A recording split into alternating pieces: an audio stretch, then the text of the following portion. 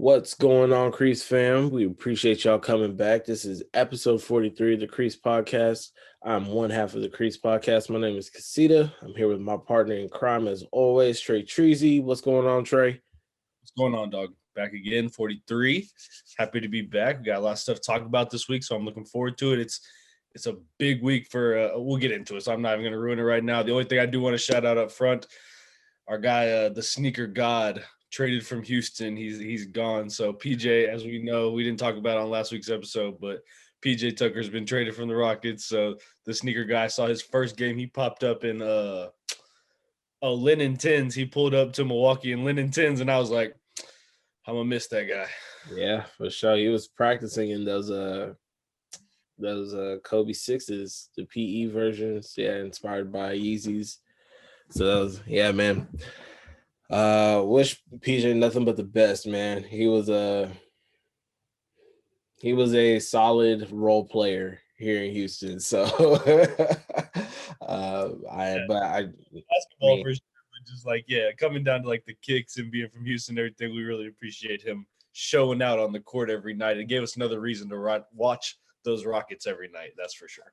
Yeah, man, it's hard to watch them now, but just like the Rockets, our L meter was through the roof this week as well. Man, we had a quite hefty week last week with a lot of releases. Man, we had the dunks. We had a 2-pack of dunks, orange pearls, green strikes, bad bunnies. Adidas also had their golden ticket raffle. There were the Midnight Navy or Georgetown threes, Ash Pearls, Kim Jones 95s. Did you come up on anything? No, I didn't. I will say I didn't take a lot of L's. I know the dunks I tried for sure took my draw L's. Other than that, I was looking forward to seeing what's up on this golden ticket. Yeah, I think the golden ticket would have been a cool thing to be part of, considering that I took an L on the Bad Bunnies.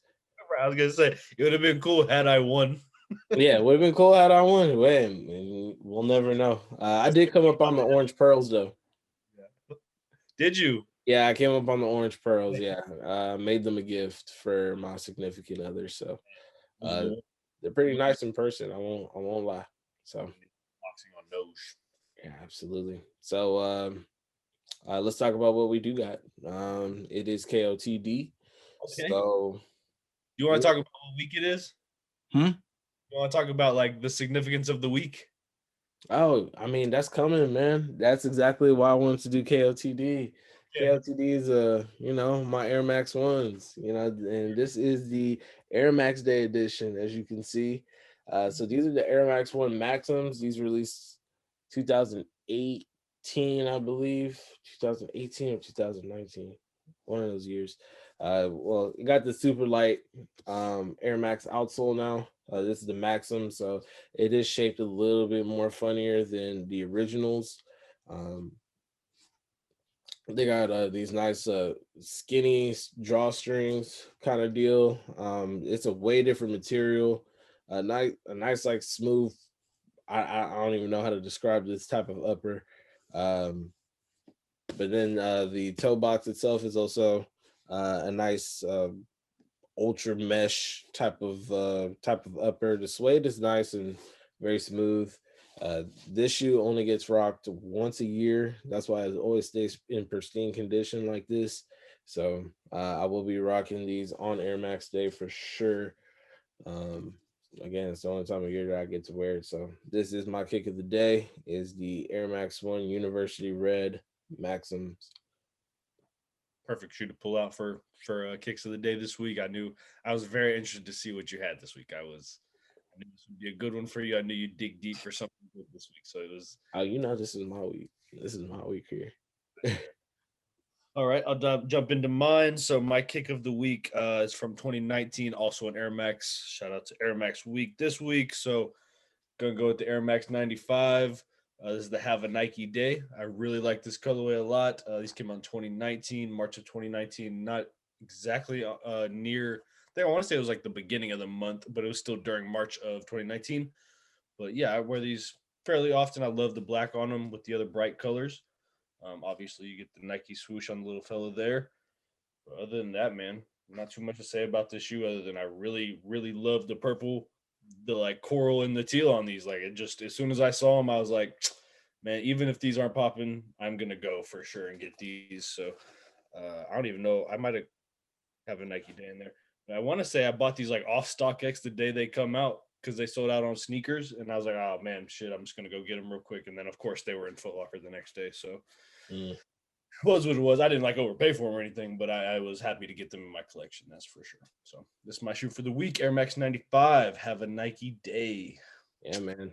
Those are those are hard. I remember that campaign was really nice because I think that Air Max day was kind of quiet. They didn't really have too many big releases. So they came out with those and the pair of the Air Max ones as well. And they had a couple other Maxes that came out. But those were the winners, of course, for sure, in my opinion, even over an Air Max one, which I adore Air Max ones so much. Like Uh, the ones were nice from that year, but yeah, I definitely like the 95s. Yeah, I think the 95s were the best. What are y'all rocking for Air Max week? Air Max day, Air Max month. We'd love to see what y'all rocking. Or go ahead and just comment below. Let us know what you're rocking with. If you're watching this outside of YouTube, go ahead and post it on your social media and use our hashtag Creased Podcast. We'd love to see it for sure. And we could possibly feature you on our next episode. All right.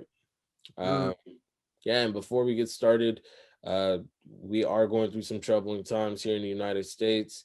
We just like to give our close mentions that we do stand in solidarity with the AAPI community. That's the Asian American Pacific Islanders.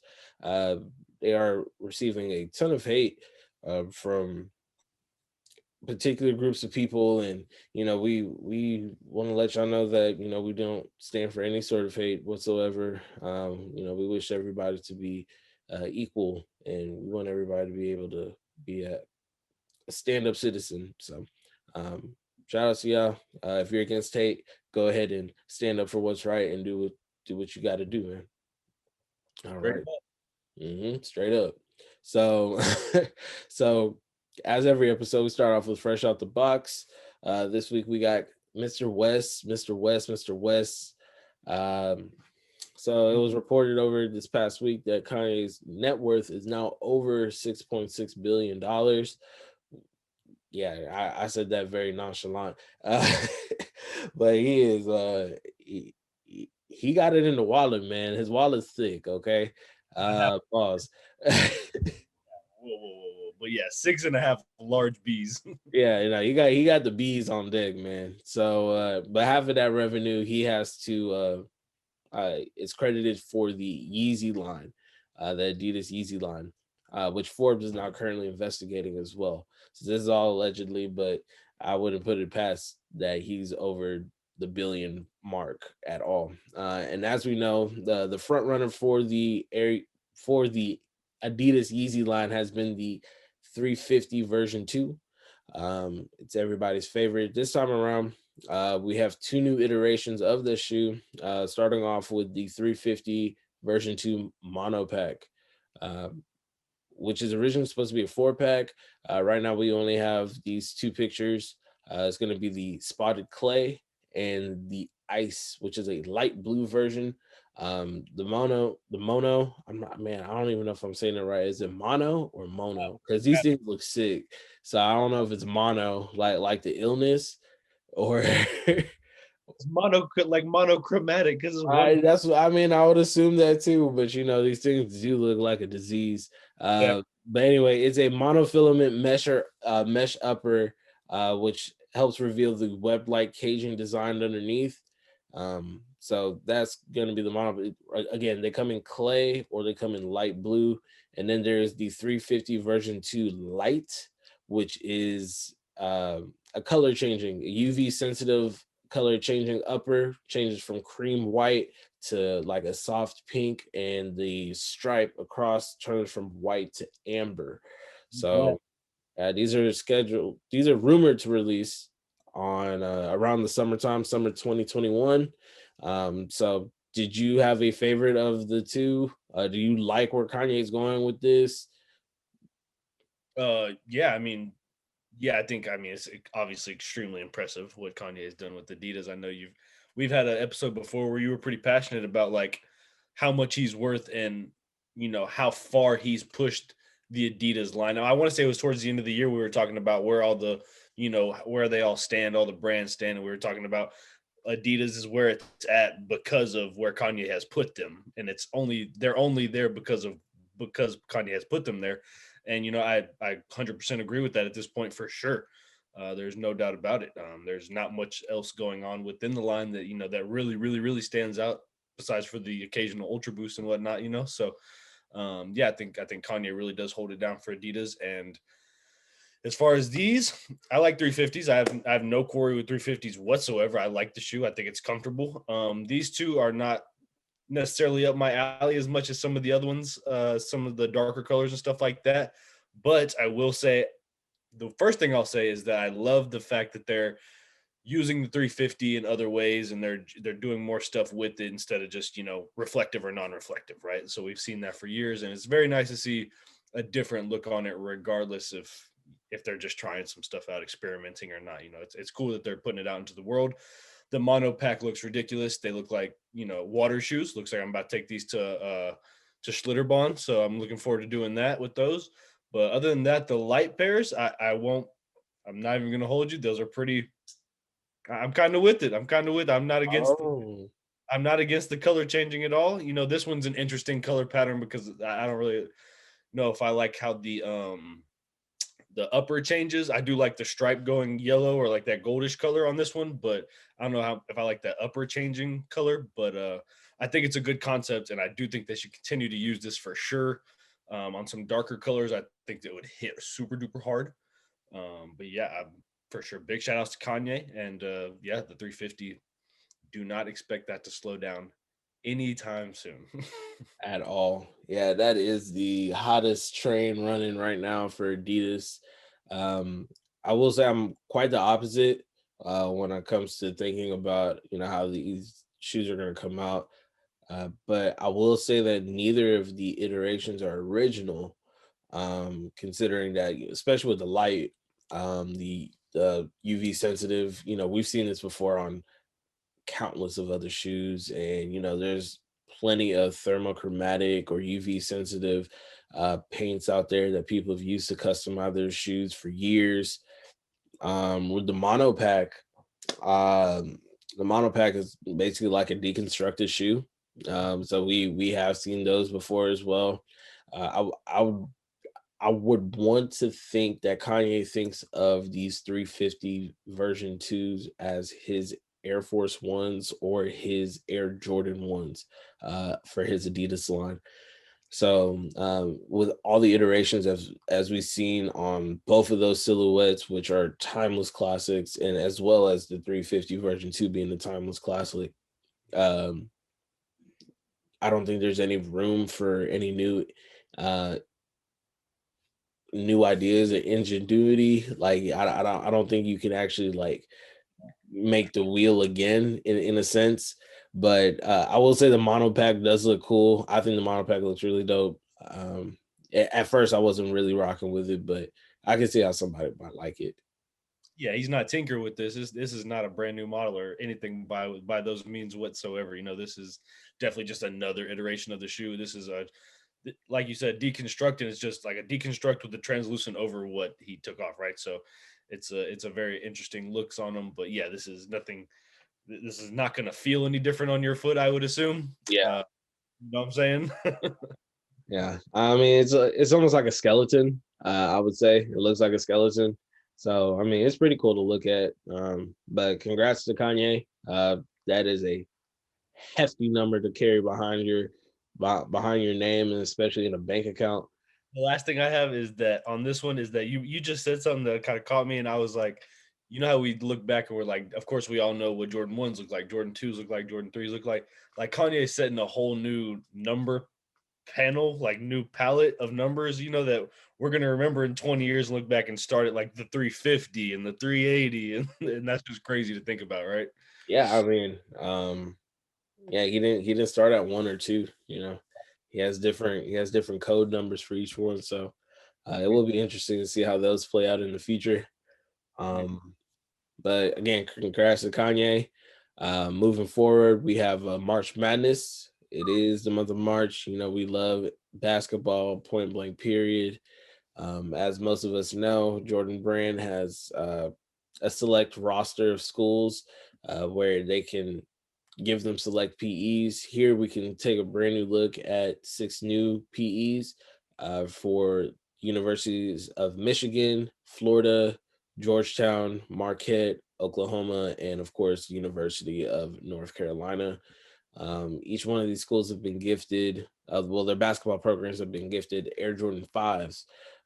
Each one of these Air Jordan 5s has the same elephant print esque upper with the respective school's colors and motifs on the tongue and lace locks. They also have all white laces and an ice blue outsole. Um, was the recent drops of, like, you know, I mean, UNC gets the most love, of course. Of course, we got the UNC ones that just dropped recently, UNC threes, and then of course we also just got the Georgetown threes or the Midnight Navy pairs. So, which school do you think has the best PE or has the best PE potential? Hmm. All right, couple things here. Oklahoma has the worst. By far. That is out the gate. The worst is horrendous. Don't like any of that. The best out of these 6 is the Florida Gators pair. I love that pair a lot. I love the logo on it, and I just think it looks very clean the way they did it with the white midsole, even if they had the translucent outsole, which is still pretty fire. But yeah, man, the blue was hitting up top, and I just think that the Florida pair was really dope. The Marquette pair wasn't bad. North Carolina pair was nasty. I think I'd seen those already on some of the kids, but yeah, man, the Florida pair was where it's at for me.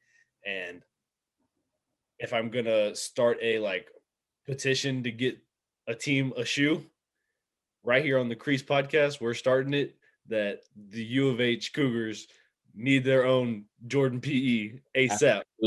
Absolutely. I couldn't agree more. I couldn't agree more. Late, late actually. Yeah, it's a little behind time, but I think they're the most recent school to get signed on the Jordan roster. I have to say the Marquettes personally are my favorites. I just love that color scheme is just nasty to me. I personally like that with the contrasting of the white laces. I think it really just makes everything pop. So yeah, I think what they should do is just drop Oklahoma and just add the U of H logos on there, and it would look way better. So JB, you know, we just helped you out by a lot. Go ahead and run that, make it happen. I don't see anything wrong with that. Blake Griffin, probably the only honorable Oklahoma Sooner that I will ever mention. Blake Griffin, Hakeem Olajuwon. Yeah, yeah. You know what? Yeah, forget it. Forget it. So of course those are PEs, so there is no release date on those. If you are a NCAA player, hit the DMs. Let me know. I want to see what these look like. I appreciate it.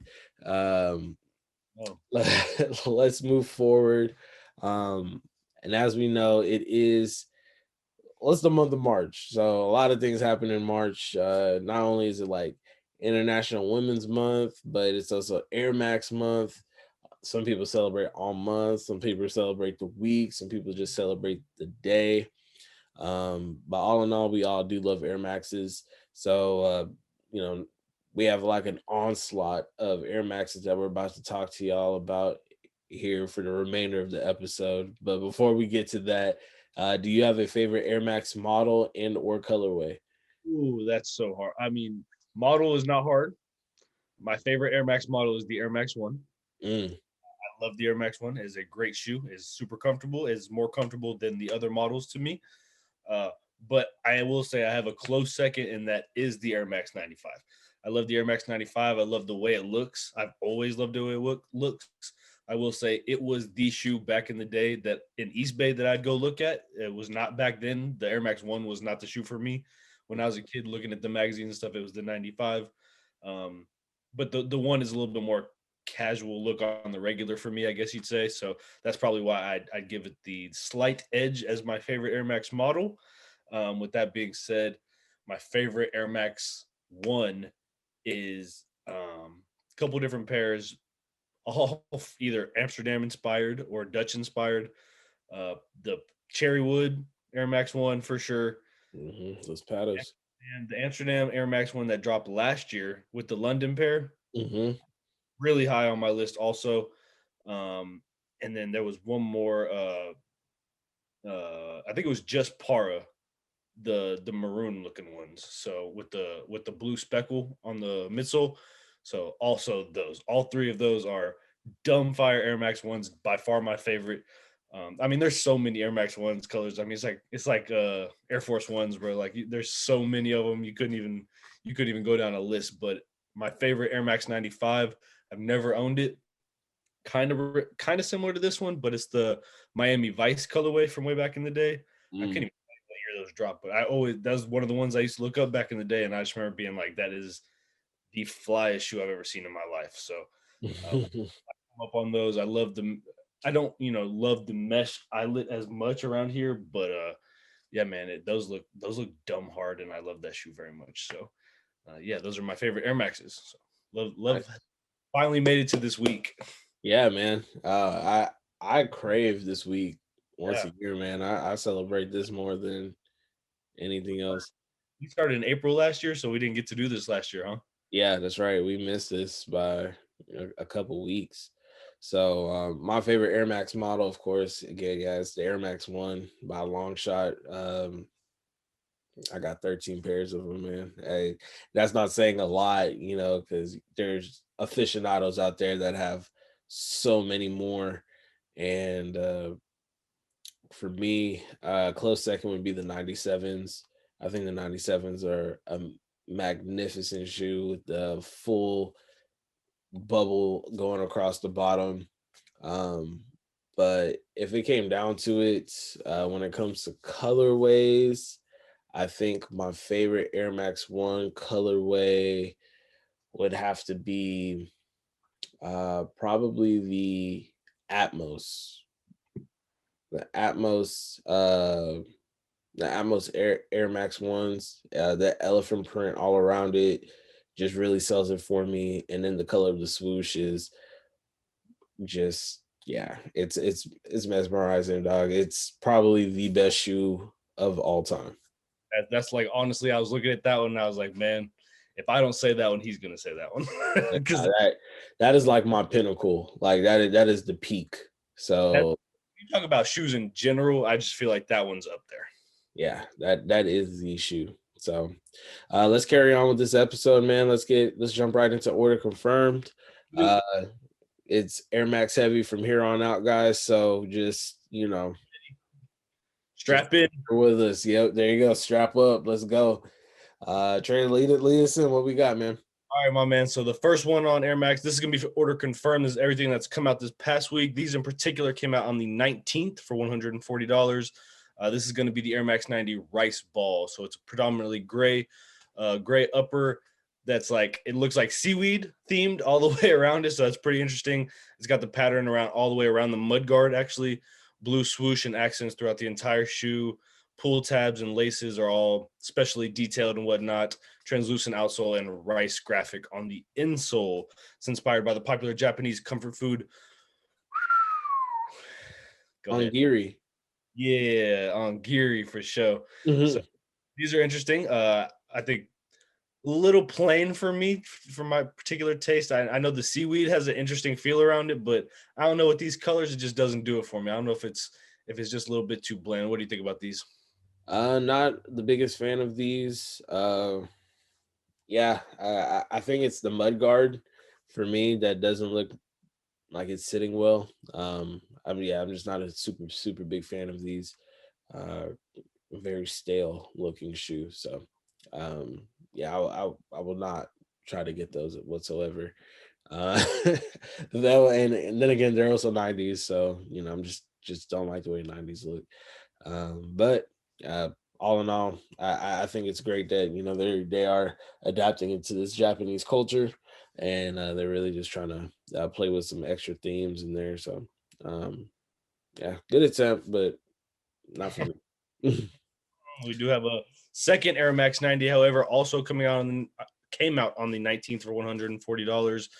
This is inspired by Japanese fried chicken packaging. This is the Air Max 90 swoosh mart. So this one's hard to miss. This is like crossing guard shoe. So this it's essentially white, but it's striped with yellow all the way across the shoe. All the way down the damn shoe. Plus, it's got silver, like silver tags and eyelets around the shoe. So it's a very interesting look. I don't know if I'm rocking these, but I get the look. I get the feel of you remember when Nike came out with like those all orange ones last year or 2 years ago, and they had like the Nike branding all over them, like all over the shoe. That's what I get from this. The over branding, yeah. Just really loud, you know what I'm saying? Mhm. But I'd much rather those than these. These are just really overdone. I think the cool thing about the shoe is the tear away portions of the shoe on the toe box and the ankle collar. But what's underneath, what it reveals being what looks to be like the skin of fried chicken, I'm not rocking with that. Now the cool thing about it is the insoles. The insoles have that tong, the serving tongs graphics. So I think that's pretty cool. But all in all, I think the shoe is just bland. Probably has no seasoning on it anyway. I lost my light here. It's all good. It's all good. Um, so yeah, no, that shoe is just dreadful. That one is not tight. That one's super whack, in my opinion. I don't like that one at all, and I definitely am not spending 140 on it. But those came out a couple days ago. You want to get into this last one, also that came out on the 19th? For sure. Last but not least, man, for $150, these were at select Nike retailers. This is the Jordan Women's MA2.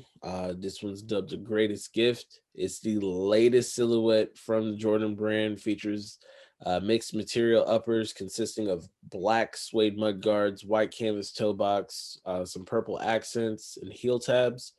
Um, a nubuck eye stay, and a distinct label brand that's diagonally stitched across the midfoot in like a lime greenish color. The midsole and the outsole are heavily inspired by the Air Max 200 and the 270 models. So the this colorway in particular has a green air bubble with a translucent iced out outsole. The tongue reads "Women in Power."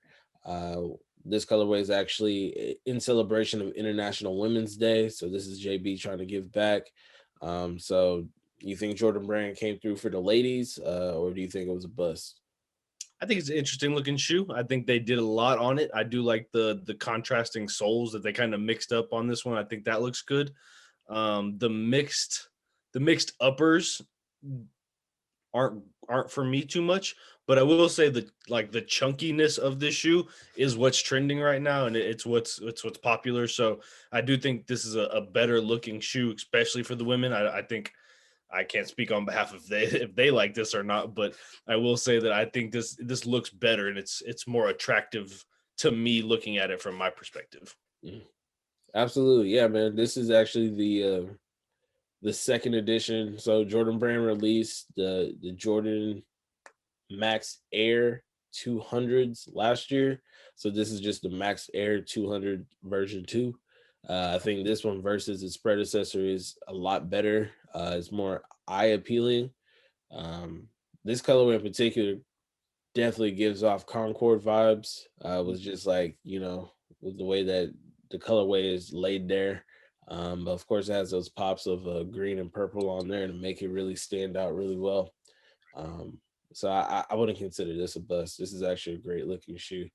Um, and the chunkiness, like you said, is right on trend. So congrats to JB on that. I'm not sure of the availability of those. So just make sure to call around and check your Nike retailers and see if everything is still there for you. So that closes up order confirmed. Again, if you have any of those shoes, go ahead and post them on your social media. We'd love to see them and use our hashtag CreasedPod, and you will get featured on the next episode. So next up, we got tracking order. As always, everything is tentatively. So because these dates can switch at a blink of an eye.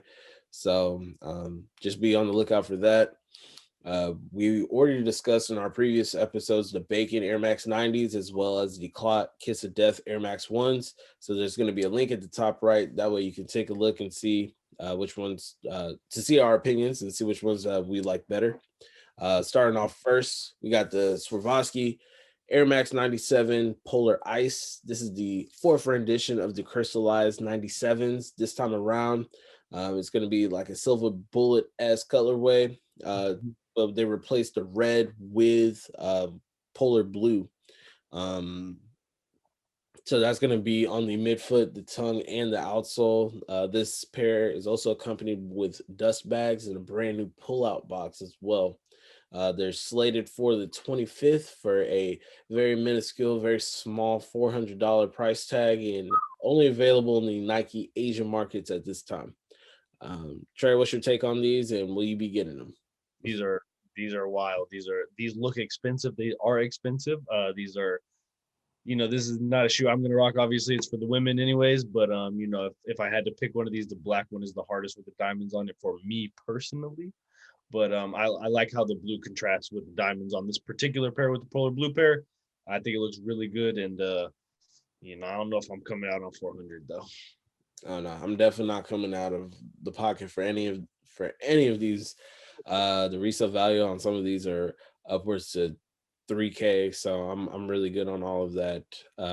Shoes really nice though. I do like this rendition with the red instead of the blue. But I will not be copping these for $400. How many crystals do you think are incorporated in this shoe?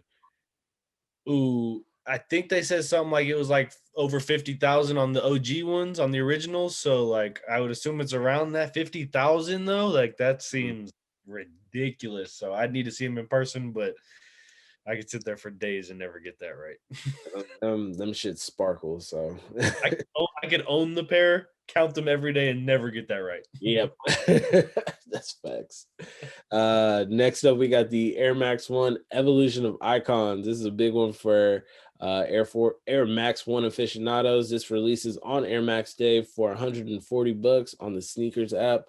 This shoe has nice remnants of the model successor, which include but are not limited to the eye stays of the Air Max 90s, the toe box from the 98s, as well as the swoosh from the 93s, as an ode to all the other models of the Air Max lineage. They have a mixed material that's closer to the heel's edge on the mudguard, and it just features different swatches of all the other shoes of the past. And now the left heel tab also has 326 that is debossed in there as well, which is an ode to Air Max Day.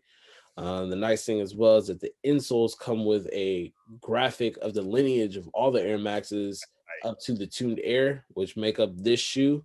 And everything comes in a nice special edition Air Max box as well, with a pull-out thingy. So is this something that's right up your alley, or are you going to let it pass? You don't like the mashup shoes? Yeah, it's an interesting looking shoe. I think is like the Air Max, right? So it's like it's got all the different kinds of things, kind of, but it's more of a technical aspect more than just like color schemes and stuff. So I do appreciate the technicality and going into the shoe and everything like that. And I think it's a great idea for Air Max Day. I love the details, like the insole and all that kind of stuff gets me for sure.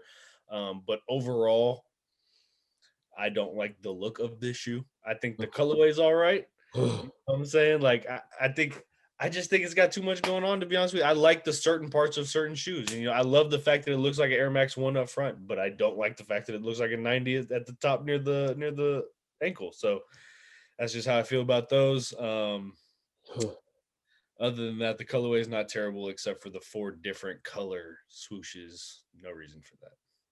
It looks very much like the Masters Air Max 1s that released a couple Yes, back. correct. And I always wanted those, and they look really nice. Yeah, I remember those. I this is something that I am looking after. I'm sought after this for a lot. So you will see me there on Air Max Day trying to get those. Um, and if you have a size 12, go ahead and DM the inbox, and we will work that out as well. Last but not least, for our 43rd episode of the Creased Podcast. Last but not least, we're going to take it a little bit retro. We have the Nike Air Max Predays. This shoe is based off of the 1970s Waffle Racer. Was a modern twist added to an old classic. The shoe's uppers dressed in the color light liquid lime. I'm not sure if that sounds appealing or not. With with a black swoosh, black outsole, as well as a braided heel pull rope on the back as well. And it's finished off with pistachio frost accents like the eye stay paneling and the toe cap as well. The modern twist comes in the form of a floating like exposed air unit, much like the ISPA Road Runners or, excuse me, Road Warriors or the Nike double stack shoe. The outsole is also waffled out as well, and it has some nice indentions in there as well. Last bit is that this shoe is part of Nike's Move to Zero initiative to leave a zero carbon footprint on the earth. So most of the shoe is made up of recycled materials, like the entire upper is 100% recycled polyester. The airbag is recycled TPU, and the outsole includes Nike's new grind rubber. Um, so this shoe is set to release on the 26th for $130. A nice little average, that's a nice little attractive price. And this is going to also be available on the sneakers app. Is this something that you're looking forward to, Trey, or is it just should have left it in the past? No, I got a couple things to say about these. I think this is the perfect amount of old meeting the new school. I like this one a lot. I think it meets the criteria of like a modern shoe that definitely takes some throwback hints. So I like that a lot. The color is not good. I don't like the liquid lime green. They could have changed that, so that is terrible. But other than that, the ISPA Road Warrior with this same sole on it costs 350, right? And now you put like this daybreak looking top on it. I just think it's like the perfect amount of like casual but also technical at the same time. So I think this shoe really hits you. You said it already, $130, and that's really good. I think for the technology you're going to get and the comfortability you're going to get with this shoe. Um, the grind rubber style. I was reading up on grind rubber. It's like shards of rubber and leather that they didn't use all combined into one thing and put on the outsole. And I feel like that's as good as you're gonna get, right? Especially if it's coming from Nike. It's like if those are the shards you're using, then that's gonna be as good as it gets. So I like this shoe a lot. I think they did a really good job. I'm looking forward to owning this shoe in at least one colorway. It won't be this colorway, but I'm looking forward to seeing some other colorways on the Air Max pre-day for sure. For sure. Definitely. Yeah, the pre-day was first rumored, I think, last year. Um, Part of the Be True campaign. Though I never saw it come to fruition. Now, we definitely it looks like it's available for purchase this Air Max Day. I'm not totally in love with this colorway, but I think I like the shoe more than I like the colorway. So therefore, I will be trying to get these as well, just to see how everything fits and feels. Does give me a very Sakai kind of look because the Sakai is based off of the Waffle Racer as well. But with the modern twist to the air unit, I can't wait to see how that feels. I think it will give you like a nice propelling help moving forward. And I think it's great that they're able to still um, look forward to using a zero carbon footprint in a brand new model kind of thing. So yeah, shout out to Nike for that. I think it's going to be a great way to wrap up Air Max Day as well. Yep. um so that wraps up episode 43 of the Creased Podcast. We couldn't do this without y'all. We appreciate you so much. If you made it to this portion of the video, that means that we love you. We appreciate you, and you are just a friend in us. We got nothing but love for y'all. Absolutely. Um, Trey, you Okay. got anything for the people? No, man. Hope y'all have a fantastic Air Max day. I hope you come up on all your Air Max dreams. I hope it's fantastic. We apologize for any technical difficulties today, and I hope y'all have a great week. Absolutely, and we will catch y'all for episode 44, Yes. whenever that is. But as always, ain't no half stepping around here, and we will catch y'all for episode 44. Till Sir. then, peace. Peace.